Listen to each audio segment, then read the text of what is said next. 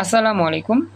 Quantum academic and admission প্ল্যাটফর্মের পক্ষ থেকে আমি মোহাম্মদ ইমরান স্যার তোমাদের সকলের সামনে উপস্থিত হয়েছি সুপার স্পেশাল এইচএসসি ইংরেজি দ্বিতীয় পত্রের আর্টিকেল, এই স্পেশাল গ্রামার আইটেম আর্টিকেলের চমৎকার 4 নাম্বার বেসিক এবং আমাদের বোর্ড পরীক্ষার প্রশ্নগুলো সলভিং ক্লাস নিয়ে, প্র্যাকটিস ক্লাস নিয়ে।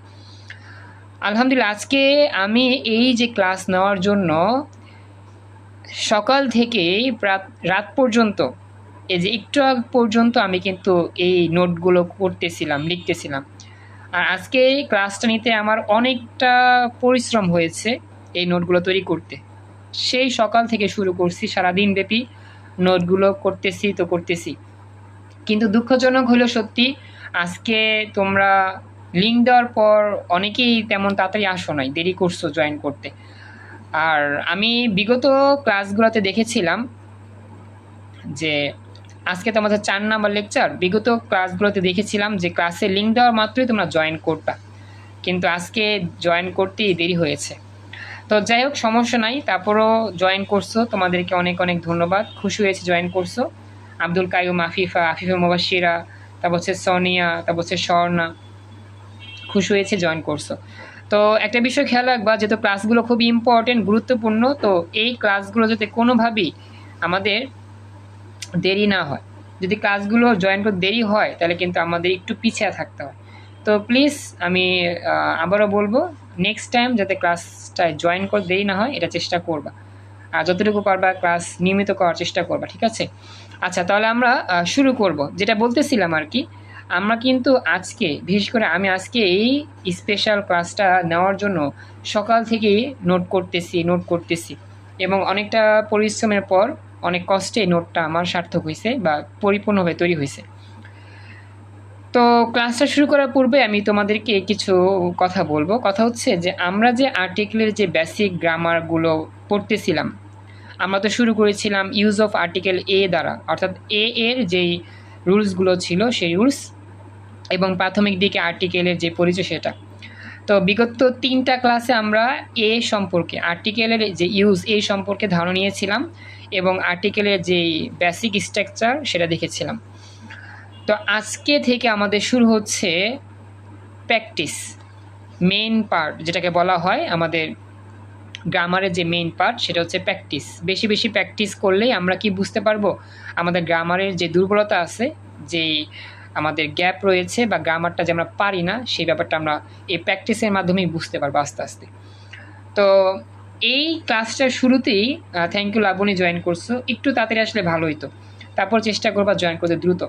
তো এই যে আমরা আজকে যে ক্লাসটা এখন বর্তমানে তোমাদেরকে উপহার দিচ্ছি, এই ক্লাসটার শুরুতেই একটা গল্প বলি। গল্পটা হচ্ছে এরকম, আমাদের আর্টিকেল যে গ্রামারটা সর্বশেষ 2019 সাল পর্যন্ত বোর্ড পরীক্ষা এসেছিল, কিন্তু 2019 সালের পর আমরা জানি 2020 সালে আমাদের সারা বিশ্বে করোনা ভাইরাসের প্রাদুর্ভাব ঘটে। তো সেই বছর এইচএসসি এক্সাম হয় নাই। ঠিক এর পরের বছর থেকে 2021 থেকে শুরু করে 2021 সাল, 22 সাল, 23 সাল, 24 সাল এবং গত বছর 2025 সাল, ঠিক এই 5টা বছর এবং করোনার একটা বছর, এই 6টা বছর ধরে আর্টিকেল থেকে কোনো বোর্ড পরীক্ষায় প্রশ্ন আসে নাই। কেন? আর্টিকেলটা ছিল শর্ট সিলেবাসের আওতার বাহিরে। আমরা জানি 2021 সাল থেকে 2025 সাল পর্যন্ত এই 5টি বছর এইচএসসি এক্সাম হয়েছে শর্ট সিলেবাসে। তো শর্ট সিলেবাসে কিছু কিছু অধ্যায় ইনক্লুড করা হয়েছে আর কিছু কিছু অধ্যায় বাদ দেওয়া হয়েছে। এর মধ্যে আর্টিকেলটা ছিল বাদ পড়া অংশের একটা অধ্যায়। তো বিগত 5-6 বছর আর্টিকেল থেকে বোর্ড পরীক্ষা কোনো প্রশ্ন আসে নাই, কিন্তু এই বছর অর্থাৎ 2026 সাল যে বর্তমান চলতেছে, এই বছর আর্টিকেল থেকে প্রশ্ন করা হয়েছে বিগত 5-6 বছর পর। তো আমাদের আজকের যে প্রথম স্পেশাল প্র্যাকটিস ক্লাস, যেটা দিয়ে আমাদের ধারাবাহিক এ এর প্র্যাকটিস ক্লাস শুরু হচ্ছে আজকে ক্লাসের মাধ্যমে, আমরা আজকে এই প্র্যাকটিস ক্লাসেই সকল বোর্ড 2026 সালের অর্থাৎ এই বছর ইংরেজি দ্বিতীয় পত্রের যে আর্টিকেল প্রশ্নটা আসে, সেইখান থেকে আমরা article of use of article এর প্র্যাকটিস শুরু করতেছি। তো তো সবাইকে বলতেছি ক্লাসটা খুব ইম্পর্টেন্ট। এই ক্লাসটার মাধ্যমে আমরা আর্টিকেল শিখবো তো শিখবো, পাশাপাশি আমরা আজকে স্পোকেন ইংলিশটাও শিখব। অর্থাৎ আমরা এই আর্টিকেল প্র্যাকটিসের মাধ্যমে আমরা ইংরেজিকে শেখার যেই আসল রহস্য, ইংরেজি পড়ার যেই সিস্টেম বা টেকনিক, সেটা আমরা আজকে আয়ত্ত করার চেষ্টা করবো ইনশাল্লাহ। শুধু আমরা গ্রামারটা আজকে শিখবো এরকম না, আমরা আজকে গ্রামার শেখার পাশাপাশি সেন্টেন্সটার অর্থ বোঝার চেষ্টা করব এবং একটু একটু করে আমরা স্পিকিংয়ের দিকে অগ্রসর হব। এই হচ্ছে আমার আজকে ক্লাসের মূল মেসেজ। আর্টিকেল শেখার পাশাপাশি ইংরেজির স্পোকিং ক্লাস করা, প্রতিটা ওয়ার্ডের অর্থ জানা এবং প্রতিটা সেন্টেন্সের অর্থ ভালো করে আয়ত্ত করা, দেন সেই হিসাবে আমরা আর্টিকেল এর সঠিক উত্তর দেওয়ার চেষ্টা করা। প্রাথমিকভাবে আমি যে কথাগুলো বললাম ক্লাস শুরু করার পূর্বেই, আব্দুল কাইয়ুম, আফিফা মুবাশশিরা, লাবণী, স্বর্ণা, সুমাইয়া, বিথি, আমার কথা কি বুঝতে পেরেছো? একটু আমাকে জানাও। Thank you so much response করার জন্য। তো বলি, এই ক্লাসটা সম্পূর্ণরূপে তোমাদের মনোযোগিত হবে। কোনো জায়গায় যদি কনফিউজ থাকে অবশ্যই লগে লগে প্রশ্ন করবা, আর অবশ্যই সম্পূর্ণ ক্লাসে রেসপন্স করবা। অর্থাৎ আমি যখন একটা প্রশ্ন করব উত্তর দেওয়ার চেষ্টা করবা। তো চলো আমরা শুরু করি। একটা কথা মনে রাখবো সবসময়, ইংরেজি দ্বিতীয় পত্রে যত তুমি পারফেক্ট হতে চাও, যত তুমি দুর্দান্ত রেজাল্ট করতে চাও, তোমাকে প্রচুর প্রচুর প্র্যাকটিস করতে হবে। গ্রামারের রুলস জানার চাইতেও প্র্যাকটিসের বিকল্প নাই। যত বেশি প্র্যাকটিস করবা প্রত্যেকটা গ্রামার, তত বেশি তুমি ভালো রেজাল্ট করতে পারবা, ভালো নাম্বার তুলতে পারবা। তো এই জন্য আমাদের আজকে থেকে শুরু হচ্ছে আর্টিকেলের স্পেশাল জার্নির মাধ্যমে special marathon class, practice class. বিশেষ করে বোর্ড পরীক্ষার প্রশ্নগুলি আমরা তোমাদের সামনে উপস্থাপন করব, প্র্যাকটিস করবো এবং ব্যাখ্যা দেবো যে কেন এখানে আর্টিকেল এ বসলো, কেন এখানে এন বসলো, কেন দ্য বসলো, কেন আর্টিকেল বসলো না। চলো লেটস স্টার্ট আমাদের আজকে স্পেশাল ক্লাস। তো দেখতে পাচ্ছ স্ক্রিনে দেখা যাচ্ছে সকল বোর্ড 2026, অর্থাৎ এই বছর 2026 সালে ইংরেজি দ্বিতীয় পত্রে আর্টিকেল থেকে যে প্রশ্ন এসেছে সেখান থেকে আমরা ইউজ অফ আর্টিকেল এ এর ব্যবহারের জন্য সেন্টেন্সগুলো তুলে ধরেছি। প্রথমত আমি এই প্রতিটা স্লাইড যেভাবে তোমাদের সাজিয়েছি সেটা আমি বলি। প্রত্যেকটা গল্প তো হচ্ছে আমাদের আর্টিকেলে যে প্রশ্নগুলো আসে এগুলো হচ্ছে একটা গল্প আকারে আসে। তো গল্পের মধ্যে মেইন একটা চরিত্র থাকে, কোন বিষয়ের ওপর ডিপেন্ড করে একটা প্যাসেজ তৈরি করা হয়। তো ওই চরিত্রটাই আমি প্রথম বাক্যে লিখব, এরপরে আমরা আর্টিকেলের যে ব্যবহার আছে, যে শূন্যস্থানগুলো পরীক্ষা আসে সেগুলো তোমাদের সামনে তুলে ধরবো, এরপর আমরা প্র্যাকটিস করব।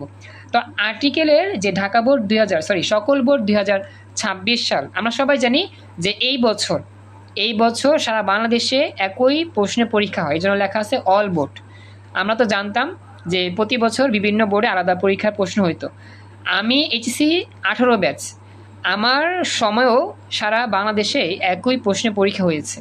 তো বিগত 7-8 বছর পর আবার সকল বোর্ডেই এক পরীক্ষার প্রশ্ন হচ্ছে এই বছর থেকে 26 সাল থেকে। তো আমাদের আর্টিকেলের এই যে প্যাসেজটা আসছে, সেই প্যাসেজটার যে মূল চরিত্র সেটা হচ্ছে এটা লেখা আছে এখানে, hundreds and thousands of highly educated people R unemployed.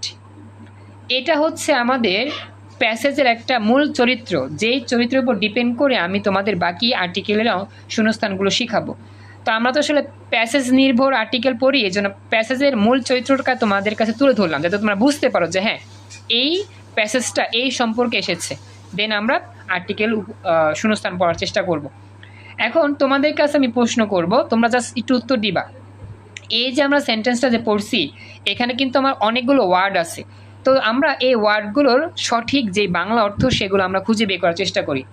Hundreds and thousands এর মানে হচ্ছে শত শত ও বছর বছর। এরপর হচ্ছে অফ হাইলি এডুকেটেড পিপল, এই এতটুকুর বাংলা হচ্ছে উচ্চ শিক্ষিত। হ্যাঁ কি বললা সুমাই, আবার বলো।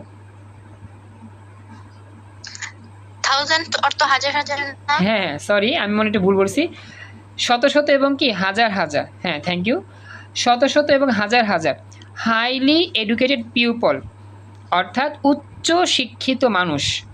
এডুকেটেড মানে কি শিক্ষিত হওয়া বা শিক্ষা, হাইলি মানে কি উচ্চ অনেক বেশি, পিপল মানে কি মানুষ, মানে উচ্চ শিক্ষিত মানুষ আর লিখছে কি আর আনএমপ্লয়েড এর মানে কি?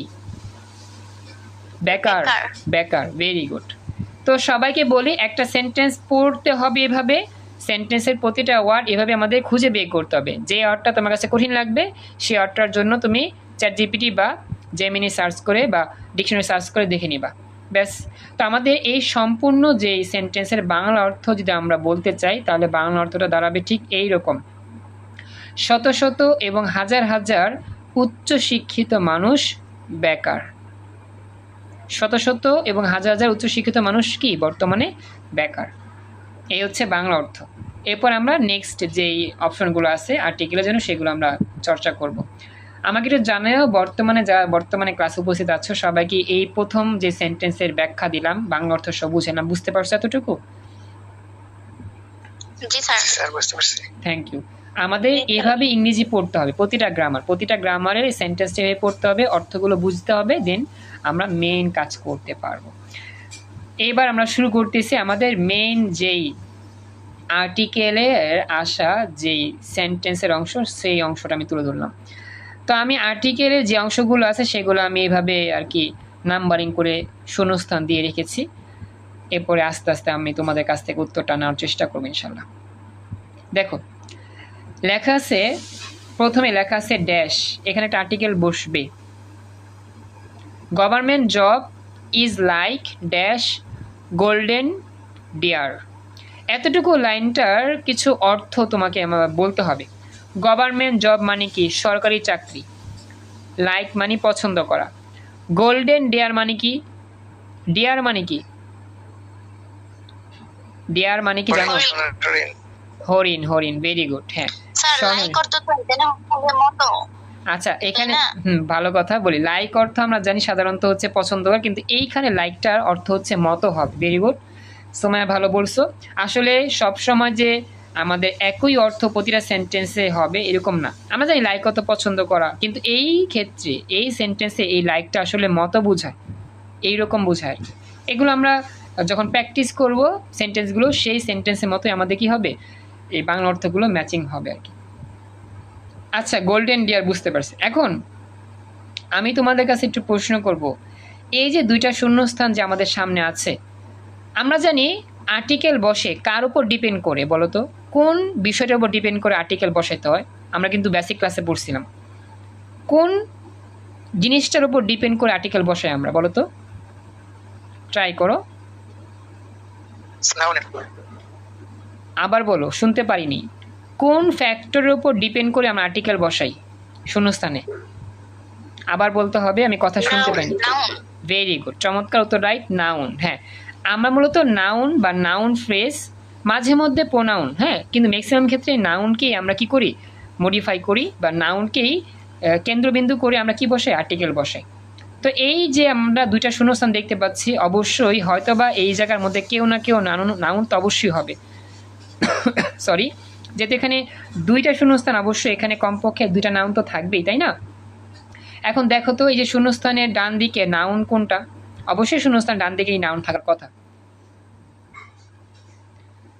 আমার আসলে একটু ওয়াইফাইটা স্লো কাজ করাতেই চলে গিয়েছে, একটু ওয়েট, লোডিং হচ্ছে, চলে আসলে আমরা ক্লাস স্টার্ট করে দিব। হঠাৎ করে ওয়াইফাইটা ডিসকানেক্ট হয়ে যাচ্ছে, তো এই জন্য জাস্ট একটু ওয়েট করো।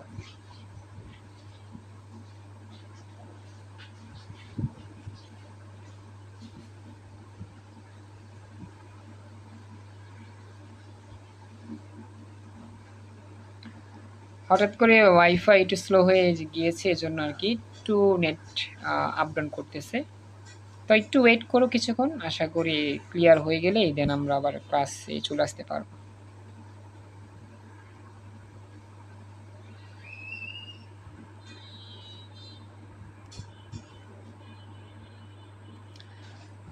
একটু ওয়েট করি, কিছুক্ষণ আমরা ওয়েট করতেছি। হ্যাঁ, আমার নেট একটু ডিসকানেকশন হয়ে গিয়েছে, এবার চলে আসবে আশা করি।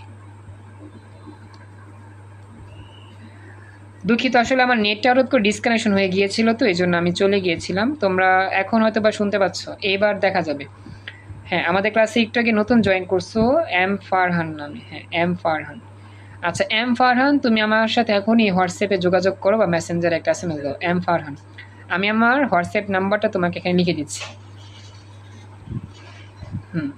আমার যে ডিসকানেক্ট হয়ে গেছিলো এই জন্য আর কি।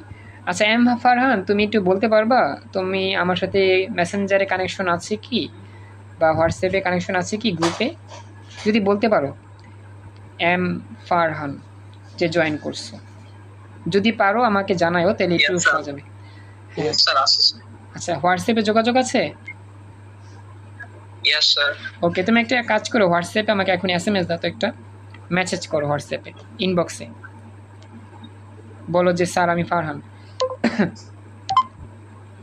ওকে, থ্যাংক ইউ সো মাচ। হ্যাঁ দেখো, তো আমাকে এসএমএস দিও ফারহান, খেয়াল রেখো। তো এখন বলো আমাদের এখানে নাউন কে কে হবে? নাউন কে কে? আমাদের নাউন চিনতে হবে। এখানে নাউন কে কে হবে? Government job and golden deer. Very good, চমৎকার, thank you so much, excellent উত্তর, রাইট। গভর্নমেন্ট জব আর হচ্ছে কি গোল্ডেন ডিয়ার। তবে এখানে একটা মিসকনসেপ্ট আমাদের সবার মধ্যেই ঘুরপাক খাবে, সেটা হচ্ছে এখানে শুধু নাউন না, এটা আমরা নাউন ফ্রেজ বলবো। কারণ কি, আমরা জানি নাউন হয় একটা সিঙ্গেল ওয়ার্ড। দেখো গভর্নমেন্ট জব, গভর্নমেন্ট জব, এখানে দুইটা ওয়ার্ড একসাথে, তার মানে এটা একটা ফ্রেজ। যেহেতু এখানে নাউন হিসেবে কাজ করতেছে এটা, সেক্ষেত্রে নাউন ফ্রেজ আমি লিখে রাখছি। সবাই কি ব্যাপারটা বুঝতে পেরেছো? একটু বলতে হবে, এই ব্যাপারটা ক্লিয়ার, বুঝতে পেরেছো কি? আচ্ছা, থ্যাংক ইউ। এরপরে সিমিলারলি গোল্ডেন ডিয়ার, এটাও কিন্তু দুইটা ওয়ার্ডের সমন্বয়, মিক্সিং, তার মানে এটা অবশ্যই নাউন না, নাউন ফ্রেজ। তো আমরা যদিও কিছু কিছু ক্ষেত্রে নাউন বলি, সেক্ষেত্রে এটা মনে রাখতে হবে। আবার বলো তো, কিছু বলতেছো?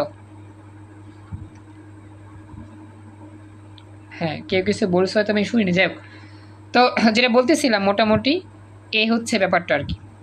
তো এটা হচ্ছে নাউন ফ্রেজ, এটাও নাউন ফ্রেজ। তো নাউন ফ্রেজের আগে কি বসে? একটা আর্টিকেল বসে। তো এটা আর কি বললো এখানে যে dash government job is like dash golden deer the educated youth. এর মধ্যে আমরা সবাই এগুলো জানি বাংলা অর্থ। এখন এটা মানে কি? ইয়থ মানে কি বলতো? ইয়থ মানে কি? যুবক। যুবক, হ্যাঁ যুবক আর কি। তো এখানে আমরা এডুকেটেড ইয়ের দ্বারা বুঝবো যুব সমাজ। এখন আমরা যদি বাংলা অর্থটা পরিপূর্ণভাবে বলতে পারি, তাহলে কিন্তু আর্টিকেল বসাইতে পারবো। মূল কথা হচ্ছে বাংলা অর্থটা পুরোপুরি আমাকে বুঝতে হবে, দেন আর্টিকেল আমি বসাইতে পারবো। পুরো বাংলা অর্থটা আমাদের ঠিক এইরকম দাঁড়াবে। দেখো, শিক্ষিত যুব সমাজের কাছে, আসলে বাংলা অর্থটা লাস্টের জায়গা থেকে শুরু হয়েছে।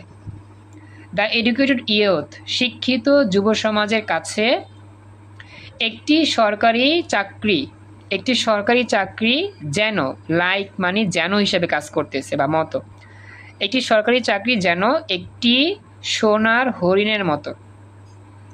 ঠিক আছে, লাইক বিষয়টা এখানে যেন আর মতো দুইটার সাথেই কমিউনিকেশন হিসেবে কাজ করতেছে। তো এই যে আমরা সেন্টেন্সটা দেখলাম, যেখানে আমাদের দুইটা শূন্যস্থান আছে, একটা হচ্ছে এখানে শূন্যস্থান, একটা হচ্ছে এখানে শূন্যস্থান। তো এই দুই শূন্যস্থানে অবশ্যই কি বসবে? আর্টিকেল বসবে। এখন এখানে আর্টিকেল কি বসতে পারে? হ্যাঁ, ভেরি গুড, চমৎকার, আমরা বুঝতে পারতেছি। এখানে আমার আর্টিকেল এ বসবে। কি বসবে? এ। কেন এ বসবে? বাংলা অর্থটাই হচ্ছে তার প্রমাণ। বাংলা অর্থটা বুঝতে পারলেই তুমি বুঝতে পারবা এখানে আর্টিকেল দা বসবে না, এন বসবে না, আর্টিকেল কি বসবে? এ বসবে। A government job is like a golden deer to the educated youth, শিক্ষিত যুব সমাজের কাছে একটি সরকারি চাকরি যেন একটি সোনার হরিণের মতো। এইভাবে তোমাকে বাংলা অর্থটা বুঝে বুঝে শূন্যস্থান আর্টিকেল বসাইতে হবে। সবাইকে বলি, দেখো ব্যাপারটা কি বুঝতে পেরেছো কিনা এবার। থ্যাংক ইউ ফারহান, রেসপন্স করছো, পেয়েছি তোমার এসএমএস। বুঝতে পারছো? এভাবেই আমাদের কি করতে হবে? বাংলা অর্থটা বুঝে বুঝে আর্টিকেল বসাইতে হবে। দুঃখজনক হলো সত্যি আজকে ক্লাসে অনেক স্টুডেন্টরা নাই, থাকলে ভালো হইতো। সবাইকে নিয়ে ক্লাস করতে আমার অনেক ইচ্ছা ছিল, কিন্তু দুঃখজনক হইল সত্যি ওরা অনেকেই এখন বর্তমানে ক্লাসে অনুপস্থিত। যাই হোক, তোমরা যারা আসছো তোমাদের দিয়ে ক্লাস চলমান করতেছি। ওকে, তাহলে এবার এটা কমপ্লিট, আমরা বুঝতে পারলাম এখানে আর্টিকেল এখানেও এ হবে, এখানেও এ হবে, এখানে হবে বড় অক্ষর এ, কারণ এটা আমাদের সেন্টেন্সের শুরুতে আছে শূন্যস্থান, আর এখানে হবে কি ছোট অক্ষর এ। আর এরপরে আমাদের পরবর্তী যে অংশ সেটা আমরা যাচ্ছি। তো সকল বোর্ড 2026 সালে আমাদের আরেকটা ওয়ার্ড আসছে, আরেকটা আমাদের আর্টিকেলের অংশ আসছে, সেটা আমরা দেখি। তো এখানে আমাদের সেন্টেন্সটা পুরোপুরি বলা হচ্ছে, নিয়ারলি 100 এডুকেটেডস অ্যাপ্লাই ফর ড্যাশ। এই এতটুকু জায়গার বাংলা অর্থ একটু গেস করো, আমরা একটু পরে বাকি অংশটা দেখাবো, পুরোপুরি সেন্টেন্স শেষ হয় না এখনো। নিয়ারলি মানে কি কাছাকাছি, 100 ক্যান্ডিডেটস অ্যাপ্লাই। 100 জনের কাছাকাছি প্রতিযোগী একটা সিটের জন্য অ্যাপ্লাই করে নাকি? চমৎকার, ভেরি গুড। এ তো সোমায়া জলি উত্তর দিতে পারছো, কারেক্ট উত্তর, রাইট। আমাদের এখানে বলেছে অ্যাপ্লাই করে, কারা অ্যাপ্লাই করে? যারা সরকারি চাকরি করতে প্রত্যাশী তারা অ্যাপ্লাই করে। 100 না, 100 মানে 100 জন, 100 জনের কাছাকাছি অ্যাপ্লাই করে, 100 জনের কাছাকাছি অ্যাপ্লাই করে একটি সিটের জন্য। তো এটা আর কি পুরোপুরিটা দেখাইলে তোমরা বুঝতে পারতা, এই হচ্ছে ব্যাপারটা। এখানে বলতেছে যে nearly 100 candidates apply for dash single post. এখন শূন্যস্থানের ডান দিকে অবশ্যই আমাদের কি থাকতে হবে, নাউন বা নাউন ফ্রেজ। এখন এই যে আমরা দাগ দিয়েছি, আমি তোমাদের জন্য যে দাগ দিয়েছি বুঝাতে, যাতে এই বিষয়গুলো আমাদের কি নাউন, নাউন ফ্রেজ, ইটিসি। হ্যাঁ, তো দেখতে পাচ্ছ এখানে সিঙ্গেল পোস্ট, এই সিঙ্গেল পোস্টটা আমাদের কি হিসেবে কাজ করবে, একটা নাউন ফ্রেজ হিসেবে কাজ করবে, কারণ এখানে দুইটা ওয়ার্ড একসাথে। তো এখন এই যে ব্যাপারটা আছে, এই সেন্টেন্সের ব্যাপারটা তোমরা বুঝতে পারলাম যে সিঙ্গেল পোস্ট মানে জাস্ট সিটের জন্য আর কি। এখন এই সিঙ্গেল পোস্টটা আমরা কি বুঝাবো, নির্দিষ্ট একটা সিঙ্গেল পোস্ট নাকি যে কোনো একটা সিঙ্গেল পোস্ট, বলো তো একটু। সিঙ্গেল পোস্ট কি নির্দিষ্ট একটা সিঙ্গেল পোস্ট নাকি যে কোনো একটা সিঙ্গেল পোস্টের জন্য? ভেরি গুড, যে কোনো। এখানে কিন্তু যে কোনো হবে, নির্দিষ্ট কোনো সিঙ্গেল পোস্টের জন্য, যে কোনো একটা সিঙ্গেল পোস্টের জন্যই কি আমরা আবেদন করি। তো পুরোপুরি বাংলা অর্থটা আমাদের এরকম দাঁড়াবে যে একটি আসনের জন্য বা একটি আসনের বিপরীতে যেটাই বলো, একটি আসনের জন্য প্রায় 100 জন প্রার্থী আবেদন করে থাকেন বা আবেদন করেন। এটা হচ্ছে আমাদের পরিপূর্ণ অর্থ। সেন্টেন্সটা আমরা পড়ার পর যদি অর্থটা বুঝতে পারি তাহলে আমাদের আর্টিকেল লেখা কোনো ব্যাপারই না, জাস্ট পানি ভাত। জাস্ট বুঝতে হবে কোন কোন জায়গাটা নাউন আর কোন কোন জায়গাটায় আর্টিকেলে ব্যবহার হবে আর বাংলা অর্থটা কি। তো এই যে বললাম একটি আসনের বিপরীতে, একটি আসন মানে কি, a single post. Nearly 100 candidates apply for a single post. একটি আসনের জন্য প্রায় 100 জন প্রার্থী আবেদন করেন। ক্লাসে বাকিদের বলতেছি, আব্দুল কাইম, আফিফা, লাবণী, ফারহান, স্বর্ণা, নিহাল, বিথি, তোমরা কি ব্যাপারগুলো বুঝতেছো বা বুঝতে পারছো কিভাবে আমাদের আনসারগুলো করতে হবে? ওকে, তো আমাদের ইংরেজি কিন্তু এভাবেই পড়তে হবে, ইংরেজি পড়তে হবে, লিখতে হবে, টিসিটিসি এভাবেই সব কিছু করতে হবে। আচ্ছা, এর পরবর্তী যে আমরা বিষয়টা দেখবো সেটা হচ্ছে গিয়ে আমরা যে উত্তরগুলো লিখছি না 1, 2, 3, সেই উত্তরগুলো কি হবে দেখো। অ্যান্সার 1 নম্বর অ্যান্সারটাও এ হবে, তবে এটা বড় অক্ষরে দিব যখন আমাদের সেন্টেন্সের শুরু, এই জন্য 2 নম্বর অ্যান্সারটাও এ হবে, 3 নম্বর অ্যান্সারটাও কী হবে, এই হবে। আর এটা ব্যাখ্যা কি, প্রত্যেকটার ব্যাখ্যা সেম, বাংলা অর্থ বুঝতে হবে। আমরা প্রত্যেকটা যে শূন্যস্থান আমরা আর্টিকেল এ বসাইছি কেমনে বুঝাইলাম, মানে কেমনে বসাইলাম, নিয়মটা কি, ব্যাখ্যা হচ্ছে বাংলা অর্থ বুঝে উত্তর করতে হবে। আমরা যতক্ষণ না পর্যন্ত সেন্টেন্সের বাংলা অর্থ সঠিকভাবে বুঝতে না পারবো ততক্ষণ পর্যন্ত বুঝতে পারবো না যে এখানে কি এ বসাবো নাকি এন বসাবো নাকি দা বসাবো। আর গ্রামাটিক্যাল হিসাব অনুযায়ী যে চিন্তা করি সেক্ষেত্রে খুবই সিম্পল, কারণ জি হচ্ছে একটা কনসোনেন্ট, এই জন্য আর্টিকেল এ বসেছে, এখানেও সেম এ বসেছে, আর এস হচ্ছে আমাদের কনসোনেন্ট, এখানেও কি আর্টিকেল এ বসেছে। তো গ্রাম অনুযায়ী মনে রাখা এটা তো আসলে সবসময় পসিবল না, আমরা চেষ্টা করব আমাদের বাংলা অর্থ বুঝে বুঝে মনে রাখার জন্য ইনশাআল্লাহ। এখন বলো, এই যে আমরা সকল বোর্ড 26-এর যে প্যাসেজ থেকে আসা 3টা স্পেশাল যে আইটেম আলোচনা করলাম, বাংলা অর্থ বুঝে বুঝে, নাউন, নাউন ফ্রেজ বুঝে বুঝে, এখানে কার কোনো প্রশ্ন আছে কিনা, থাকলে বলতে পারো, এনিওয়ান? জি না স্যার। Okay, thank you. তো আসলে আমাদের এভাবেই কিন্তু গ্রামারটা পড়তে হবে, এভাবে কিন্তু গ্রামারটা আয়ত্ত করতে হবে। আচ্ছা, আজকে ক্লাসে এমনিতে আমি 10 মিনিট লেট করে ফেলছি, কারণ হচ্ছে গিয়ে অনেকের অপেক্ষায় এখনও অনেকে আসতে পারে নাই, দুঃখজনক। তো দেখো 2026 সালের এই গ্রামার প্র্যাকটিসের পর আমরা কিন্তু চলে যাচ্ছি কোন জায়গায়, 2019 সাল। অনেক বছরের গ্যাপ, প্রায় 6-7 বছরের গ্যাপ। সর্বশেষ 2019 সালেই ঢাকা বোর্ডে প্রশ্ন আসছিল। তো এখান থেকে আমরা দেখব ক্লাসটা যতক্ষণ হবে রেকর্ড চলতে থাকবে। লিঙ্ক চলে গেলে যদি ক্লাস শেষও না হয়, আমি পরবর্তী লিঙ্কে ইংরেজি শেষ করব। দেন ইংরেজি এই অংশটাই, মানে এই যেটা আমরা এখন বর্তমানে রানিং করতেছি, এটা শেষ না হওয়া পর্যন্ত ইংরেজি ক্লাস শেষ হবে না। এটা শেষ হয়ে গেলে দেন আমাদের রসায়ন ক্লাস, এরপর হচ্ছে বায়োলজি ক্লাস। ওকে, ধারাবাহিকভাবে ক্লাসগুলো করব আমরা। ঢাকা বোর্ড 2019 সালে আসা প্রশ্ন। ঢাকা বোর্ড 2019 সালে আসা প্রশ্ন, সেই প্রশ্নের প্যাটার্নটাই আমি তোমাদের দেখাচ্ছি। তো এই যে আমার প্রশ্নটা করা হয়েছে, এটা কোন টপিকের উপর ডিপেন্ড করে, বা এখানে চরিত্রটা কি? The parliament house of Bangladesh. অর্থাৎ এখানে আর্টিকেলের যে টপিকটা নিয়ে আলোচনা করা হয়েছে, সেই টপিকের নাম হচ্ছে বাংলাদেশের, বলতো পার্লামেন্টের বাংলা কি? সংসদ ভবন। ভেরি গুড, সংসদ ভবন। হ্যাঁ, বাংলাদেশের সংসদ ভবন থেকেই আমাদের এই আর্টিকেলটা নিয়ে কাজ করা হয়েছে, বা এই প্যাসেজটা সাজানো হয়েছে। তো আমি টপিকটা লিখে দিলাম, অর্থাৎ চরিত্রটা লিখে দিলাম, যে এই যে আমাদের ঢাকা বোর্ড 19 সালে যে আর্টিকেলটা নিয়ে আমরা কাজ করব বর্তমানে, এটা কোন টপিক থেকে প্রশ্ন করছে, বা কোন বিষয়বস্তু থেকে আমাদেরকে প্রশ্ন করা হয়েছে, এটাই হচ্ছে সেই বিষয়টা। The parliament house of Bangladesh, বাংলাদেশের সংসদ ভবন থেকেই প্রশ্ন করা হয়েছে। তো আশা করি বাকিরা বুঝতে পারছো। তো এখন আমরা সামনের দিকে যাই। আমরা এখনও কিন্তু আর্টিকেলের মেন যে পার্ট, সেটা আমরা শুরু করিনি। চল আমরা যাই পরবর্তী অংশ। পরবর্তী যে অংশ সেটা হচ্ছে এরকম, একটু ওয়েট, দেখো এই হচ্ছে ব্যাপারটা, আমরা দেখতেছি, খেয়াল করো। লেখা আছে, in fact it is dash wonder of modern architecture. এতটুকুর বাংলা অর্থ আমরা গেস করি। ইনফ্যাক্ট তাছাড়া, it is wonder of modern architecture, এতটুকুর বাংলা একটু বলো তো কী হইতে পারে? ওয়ান্ডার অফ মডার্ন আর্কিটেকচার, একটু বলো, চেষ্টা করো। আর্কিটেকচার মানে কি? স্থাপত্য। মডার্ন, আধুনিক বিষয়। হ্যাঁ ভেরি গুড, আধুনিক। হ্যাঁ চমৎকার, থ্যাংক ইউ, লাবণ্য তো দিয়েছ। আধুনিক যেই আমাদের স্থাপত্য, সেটা।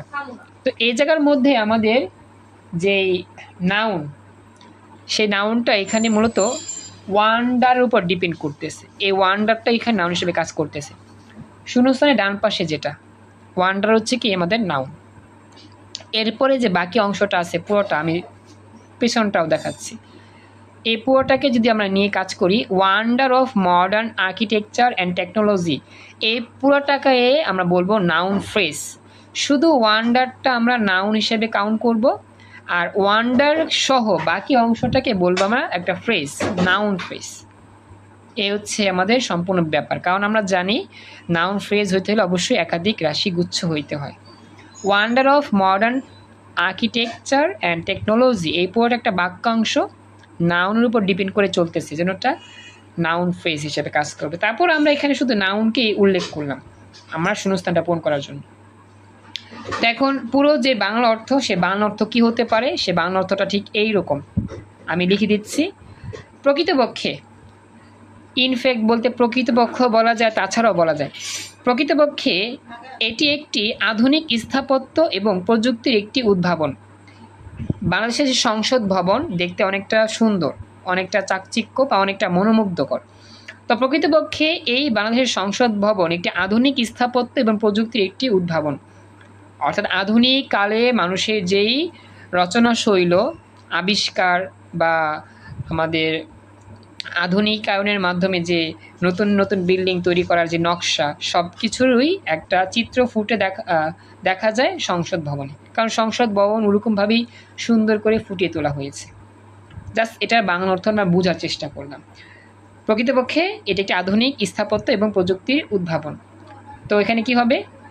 In fact it is a wonder of modern architecture and technology. It is a wonder of modern architecture and technology. শূন্যস্থানের কি হবে? আর্টিকেল এ বসবে। এবার একটু আমাকে জানাও বাকিরা যারা আসছো বুঝতে পারছো কিরকম, একটু রেসপন্স করো। কায়ুম, জি স্যার বুঝছি। লাবণী, ফারহান। ফারহান বুঝতে পারতেছো? একটু আমাকে জানাও তো। Okay, thank you. Yes sir. Okay, খুশি হলাম। তো এই হচ্ছে বিষয়টা আর কি। তো আমাদের এভাবে প্রতিটা ওয়ার্ড সেন্টেন্স পড়তে হবে এবং হচ্ছে আমাদের চেষ্টা করতে হবে ওয়ার্ডগুলো বুঝতে, সেন্টেন্সের অর্থও বুঝতে, দেন হচ্ছে গিয়ে উত্তর করার জন্য। তো ক্লাসের লিঙ্কটা চলে যাচ্ছে একটু পরই। তো আমি যেটা বলি, হ্যাঁ বলো। আপনার এই 26 সালে কি মানে সব বোর্ডে একই কোশ্চেন হচ্ছে? হ্যাঁ হ্যাঁ, এবছর সকল বোর্ডে একই প্রশ্ন হচ্ছে, সকল বোর্ডই এক প্রশ্ন হচ্ছে। সামনে তোমাদের ক্ষেত্রেও হওয়ার সম্ভাবনা আছে। চট্টগ্রামেরটা মনে হয় স্যার আলাদা হবে তাই না, কারণ ওইখান তো পরীক্ষা স্থগিত। চট্টগ্রামে তো স্থগিত, ঠিক আছে। এখন কথা হচ্ছে চট্টগ্রামের হয়তো বা সেটটা আলাদা করা হবে আর কি, এরকম হইতে পারে। বুঝতে পারছো? হ্যাঁ জি স্যার। আচ্ছা, রেকর্ডটা আমি সেভ করব, ক্লাস শেষ হয় নাই কারণ আমাদের আরও প্র্যাকটিস আছে। তো সেটা শেষ করে দেন আমরা পরবর্তী ক্লাসে আসব। ওকে, তো ভয় পাওয়ার কারণ নাই, টেনশন নাই, পড়তে থাকো, প্রিপারেশন নাও। এবার যদি লাগাতার পড়তে থাকো সিলেবাসটা খুব সুন্দরভাবে শেষ হয়ে যাবে ইনশাল্লাহ। ঠিক আছে, তো আমি রেকর্ডটা সেভ করলাম। 5 মিনিট পরেই তোমরা জয়েন করো কারণ আমাদের কিন্তু আরও 2টা প্র্যাকটিস আছে। তো আমি রেকর্ডটা এখন এই অংশটা সেভ করতেছি। আসসালামু আলাইকুম। আমাদের ক্লাসের এই মুহূর্তে আমরা এখান থেকে আলোচনা শুরু করতেছি। তো এই যে আমরা বললাম বাংলা অর্থটা, যে প্রকৃতপক্ষে এটি একটি আধুনিক স্থাপত্য প্রযুক্তির একটি উদ্ভাবন।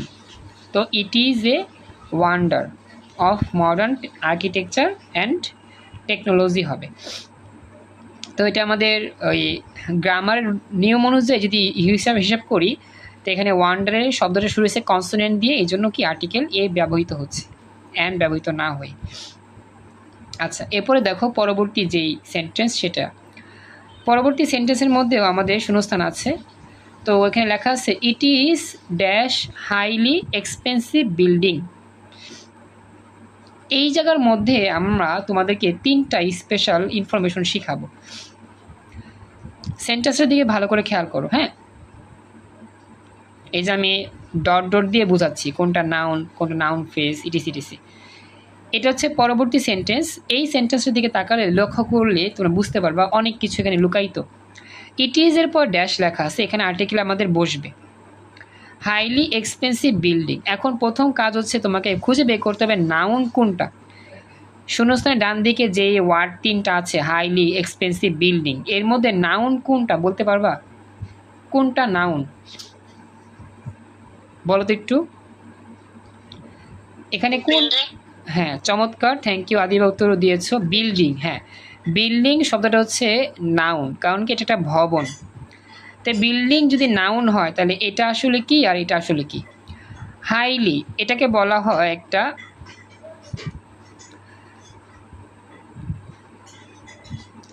এটা হচ্ছে অ্যাডভার্ব, এটা হচ্ছে তোমার অ্যাডজেক্টিভ। এলাই যুক্ত যেই অংশটা আমাদের থাকে সেন্টেন্সে, ওয়ার্ডে, সেটাকে বলা হয় অ্যাডভার্ব। খেয়াল রাখবা। হ্যাঁ, তো এই যে অ্যাডভার্ব আবার অ্যাডজেক্টিভ এগুলোর কেন প্রয়োজন? আসলে আমরা যখন আর্টিকেল প্র্যাকটিস করব তখন আমাদের এগুলো সামনে চলে আসবে। আমরা জানি নাউন না থাকলে আর্টিকেল কিন্তু বসে না, আমরা জানি। শূন্যস্থানের ডান পাশে যদি কোনো নাউন না থাকতো তাহলে আর্টিকেল বসতো না। যদি এখানে বিল্ডিং শব্দটা না থাকতো তাহলে কিন্তু আমাদের এখানে কি হতো না, আর্টিকেল বসতো না, শুধু উত্তর হইতো ইট ইজ হাইলি এক্সপেন্সিভ। আমার কথা কি বুঝতে পারছো? রেসপন্স করতে হবে। যদি নাউনটা না থাকতো, যদি বিল্ডিং শব্দটা এখানে না থাকতো তাহলে এখানে শূন্যস্থানে কোনো আর্টিকেল বসতো না, কারণ আমরা জানি আমাদের আর্টিকেল কখনোই অ্যাডজেক্টিভ অ্যাডভার্বের উপর ফোকাস করে বসে না। আর্টিকেল অলওয়েজ বসে কি নাউনের উপর ফোকাস করে। তো মিম জয়েন করছো 23 ব্যাচের মিম, খুশি হলাম। আমি জানি মিম তোমাদের ওদিকে একটু বৃষ্টিজনিত সমস্যার কারণে, বৃষ্টির কারণে আর কি নেট সমস্যা করতেছিল। তুমি নিয়মিত ক্লাস করো, আমি জানি, চেষ্টা করো ক্লাস করার। সব দিকেই তো আমাদের আবহাওয়া একটু অন্যরকম, বৃষ্টি বৃষ্টি, এজন্য আমাদের ওয়াইফাই ঠিক থাকে না, নেট ঠিক থাকে না। তো বলি মিম, এখনো কিন্তু মেন ক্লাস সমস্যা খুবই। হ্যাঁ বুঝতে পারছি। ওই যে মানে বৃষ্টির পর থেকে এই অবস্থা, তাই তো? নাকি আগে তো ঠিকঠাক ক্লাস করতে পারতা, তাই না? এখন বৃষ্টির পর এরকম। বুঝতে পারছি, বৃষ্টির পর একটু নেট একটু কষ্ট, মানে স্লো কাজ করতেছে। এখন একটা বিষয়ে খেয়াল রাখবা, সেটা হচ্ছে গিয়ে একটু পরে মিম স্পেশাল ক্লাস আছে, রসায়ন আর হচ্ছে তোমার বায়োলজি, দুটা ক্লাস আছে। তো ওই ক্লাসগুলো খুব ইম্পর্টেন্ট তোমাদের জন্য, সায়েন্সের জন্য, খেয়াল রেখো। এই হচ্ছে ব্যাপারটা। তো দেখো, ইট is dash highly expensive building. তো এই ব্যাপারটা খেয়াল করে, এই জায়গার মধ্যে 3টা ওয়ার্ড, অ্যাডভার্ব, অ্যাডজেক্টিভ হচ্ছে নাউন, 3টা অংশ আছে। এখন এই জায়গার মধ্যে দেখো, এই জায়গার মধ্যে যে 3টা অংশ আমরা পড়লাম, অ্যাডভার্ব, অ্যাডজেক্টিভ, নাউন, এর মধ্যে জানলাম যে নাউন যদি থাকে তাহলে আমাদের কি হবে, আর্টিকেল বসবে। আর যদি নাউন যদি না থাকে তাহলে আর্টিকেল বসবে না। তো এখানে আর্টিকেল কি হবে, এন হবে না এ হবে? আমরা তো জানি আমাদের এখানে কনসোনেন্ট আছে এইচ, এই জন্য আমার আর্টিকেল কি বসবে, এ বসবে। তো সেই হিসাবে আমরা এখানে আর্টিকেল এ ব্যবহার করব। তো আমরা যদি এখানে পুরোপুরি ওয়ার্ডটা বাংলা অর্থ সেটা যদি আমরা বলি, বাংলা অর্থটা কীরকম হবে, এটি একটি অত্যন্ত ব্যয়বহুল ভবন। আমরা সবাই জানি বিল্ডিং মানে ভবন, এক্সপেন্সিভ মানে হচ্ছে কি ব্যয়বহুল বা অনেক দাম, হাইলি মানে হচ্ছে কি অত্যন্ত। ইট is a highly expensive building, এটি একটি অত্যন্ত ব্যয়বহুল ভবন। এই হচ্ছে ব্যাপারটা। তো এবার একটু আমাকে জানাও, যারা আসো বর্তমানে, দেখা যাচ্ছে কি বা শুনতেছো কিনা, বা ঠিকঠাক বুঝতে পারলা কিনা এতটুকু।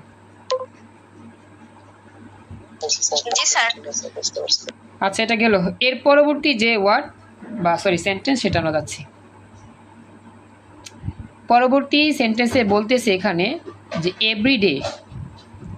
Everyday many dash visitor comes to visit the building. এখন এটার বাংলা অর্থ কি হবে? বাংলা অর্থ হবে প্রত্যেক দিন। একটু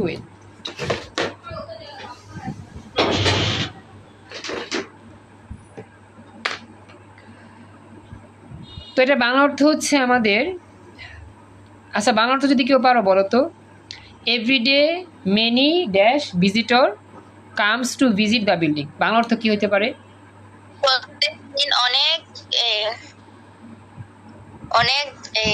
ভ্রমণকারী এখানে এটা দেখতে আসে। হ্যাঁ, চমৎকার উত্তর, রাইট। প্রত্যেক দিন অনেক দর্শনার্থী, ভিজিটর বা দর্শনার্থী বা পর্যটক, came to visit the building, এই বিল্ডিংটা পরিদর্শন করতে আসে বা দেখতে আসে। তো বাংলা অর্থ কিন্তু আমাদের বুঝতে হবে, প্রত্যেক দিন অনেক পর্যটক ভবনটি দেখতে আসেন। তো এখানে আমাদের শূন্যস্থানে কি হবে? শূন্যস্থানে হবে a visitor. Everyday many a visitor cames to visit the building. এখন এখানে যে আমরা 3টা আলাদা আলাদা সেন্টেন্সের ওয়ার্ড দেখলাম, সেন্টেন্সগুলো দেখলাম এবং হচ্ছে উত্তরগুলো বললাম, 1 নাম্বারও এ হবে, 2 নাম্বারও এ, 3 নাম্বারও এ। এখন ব্যাখ্যাগুলো দেখি কি কি ব্যাখ্যা। প্রথম 2টার ব্যাখ্যা তো বুঝতে পারতেছো, বাংলা অর্থ বুঝে উত্তর করতে হবে। প্রথম অ্যান্সারটাও এ, পরেরটাও এ। বাংলা অর্থ বুঝে এগুলো আমাদের কি করতে হবে, লিখতে হবে। গ্রামার তো আছেই, গ্রামারের ব্যাপারটা মুখ্য না, মুখ্য হচ্ছে বাংলা অর্থ। বাংলা অর্থ বুঝতে পারলে আমরা কি এক্স্যাক্টলি সঠিক আর্টিকেল লিখতে পারবো। কিন্তু 3 নাম্বারের যে বিষয়টা, 3 নাম্বারের মধ্যে একটা গ্রামার, একটা স্পেশাল খেলা আছে এখানে। আমরা ওই যে বেসিক ক্লাসে তোমাদেরকে পড়াইছিলাম, তোমাদের মনে আছে যে মেনি সাচ, এগুলোর পর আমাদের এ ব্যবহৃত হয়। একটা ক্লাসে আমি তোমাদেরকে আলোচনা করেছিলাম এই ব্যাপারগুলো, তোমাদের কি ওটা মনে পড়ে? একটু আমাকে জানাও তো।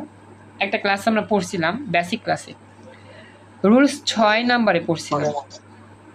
এই যে রুলস 6 নাম্বারে পড়ছিলাম কি, এই যে ম্যানির পর এ হয়, সাচের পর এ হয়। তো গ্রামাটিক্যালি 3 নাম্বার যে অংশটা আমাদের আছে, 3 নাম্বার অংশটা হচ্ছে কি গ্রামাটিক্যালি, অর্থাৎ আমাদের এখানে মেনির পরে গ্রামাটিক্যালি এ ব্যবহৃত হয়, আর কোনো দিকে তাকাইতে হবে না। অর্থ না বুঝতে পারলেও এখানে তেমন কোনো সমস্যা হবে না, কারণ এখানে গ্রামাটিক্যালি আমাদের ম্যানির পর এ বসে। তো 3 নাম্বারে এ বসার কারণ হচ্ছে ম্যানির পর এ বসে, এই জন্যই 3 নাম্বারের মধ্যে আমার এ ব্যবহার হয়েছে। এই হচ্ছে মূল বিষয় আর কি। কায়ুম, স্বর্ণা, সুমাইয়া, বিথি, মিম, তাজিস্ক ব্যাচের মিম। ব্যাপারটা এবার বুঝতে পেরেছো মোটামুটি? আমি একটু আমাকে জানাইও। তো এই হচ্ছে বিষয় আর কি। তো মূলত আমাদের এই যে আর্টিকেলের প্র্যাকটিস যে আমরা করতেছি বা বর্তমানে প্র্যাকটিস করব সামনে ইনশাল্লাহ, আমাদের প্রতিটা ক্লাসটার মূল উদ্দেশ্য হবে প্রতিটা সেন্টেন্সের বাংলা অর্থ বোঝা। বাংলা অর্থ বুঝতে পারলে আমাদের কিন্তু উত্তর করাটা কোনো কোনো বিষয় না, পানি ভাত একবারে। তো আমরা এখন থেকে আমাদের এই গ্রামারের প্র্যাকটিসগুলো এভাবেই ওয়ার্ড ভিত্তিক বাংলা অর্থ বুঝে বুঝে, সেন্টেন্স ভিত্তিক বাংলা অর্থ বুঝে বুঝে উত্তর করার চেষ্টা করবো ইনশাল্লাহ। তাহলে আমাদের কি হবে, ইংরেজি যেই পুরো জার্নিটা সেটা কি হবে, পুরোটা সহজ হয়ে যাবে, বা খুবই ইজিলি আমরা ইংলিশে ভালো রেজাল্ট করতে পারবো ইনশাল্লাহ। তো এই পর্যন্তই আমরা আজকের যেই লেকচারটা 4 নাম্বার লেকচার প্র্যাকটিস ক্লাসের অংশ, এই 4 নাম্বার লেকচারটা আমরা এতটুকুই সাজালাম। এর পরবর্তী আগামীকাল রুটিন মতো আমাদের আইসিটি সাবজেক্টের ক্লাস হবে ইনশাল্লাহ। ওকে, তো এই পর্যন্তই আমরা আজকে 4 নাম্বার ক্লাস রাখতেছি। তবে সায়েন্সে যারা আছো অবশ্যই ইম্পর্টেন্ট ক্লাস তোমাদের, একটু পরে রসায়ন ক্লাস, একটু পরে হচ্ছে বায়োলজি ক্লাস। মিম, বিথি, সুমাইয়া অবশ্যই ক্লাসগুলো মিস দিও না। একটু পর 10 মিনিট ওয়েট করবা, একটু সময় লাগতে পারে লিঙ্ক দিতে, ক্লাসে জয়েন করবা, ঠিক আছে? তো আজকের মতো এখানে ইংরেজি ক্লাস আমরা কমপ্লিট করলাম। আল্লাহ হাফিজ।